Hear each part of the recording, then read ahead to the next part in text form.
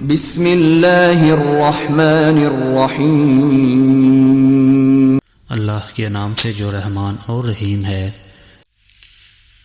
یاد کرو جب تم نے کہا تھا کہ اے موسیٰ ہم ایک ہی طرح کے کھانے پر صبر نہیں کر سکتے، اپنے رب سے دعا کرو کہ ہمارے لیے زمین کی پیداوار، ساگ، ترکاری، گیہوں، لہسن، پیاز، دال وغیرہ پیدا کریں۔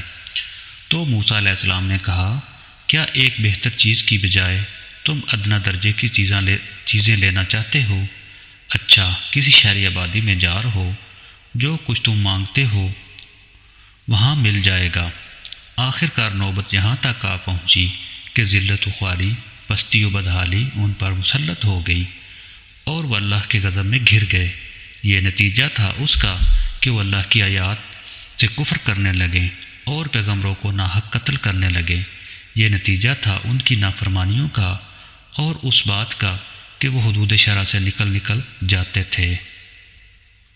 یقین جانو کہ نبی عربی کو ماننے والے ہوں یا یہودی، عیسائی ہوں یا سابی، جو بھی اللہ اور روز آخر پر ایمان لائے گا اور نیک عمل کرے گا، اس کا اجر اس کے رب کے پاس ہے اور اس کے لیے کسی خوف و رنج کا موقع نہیں ہے۔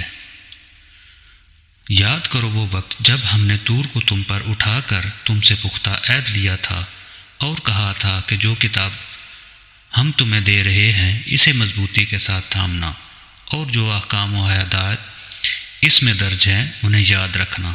اسی ذریعے سے توقع کی جا سکتی ہے کہ تم تقویٰ کی روشنی پر چل سکو گے، مگر اس کے بعد تم اپنے عہد سے پھر گئے۔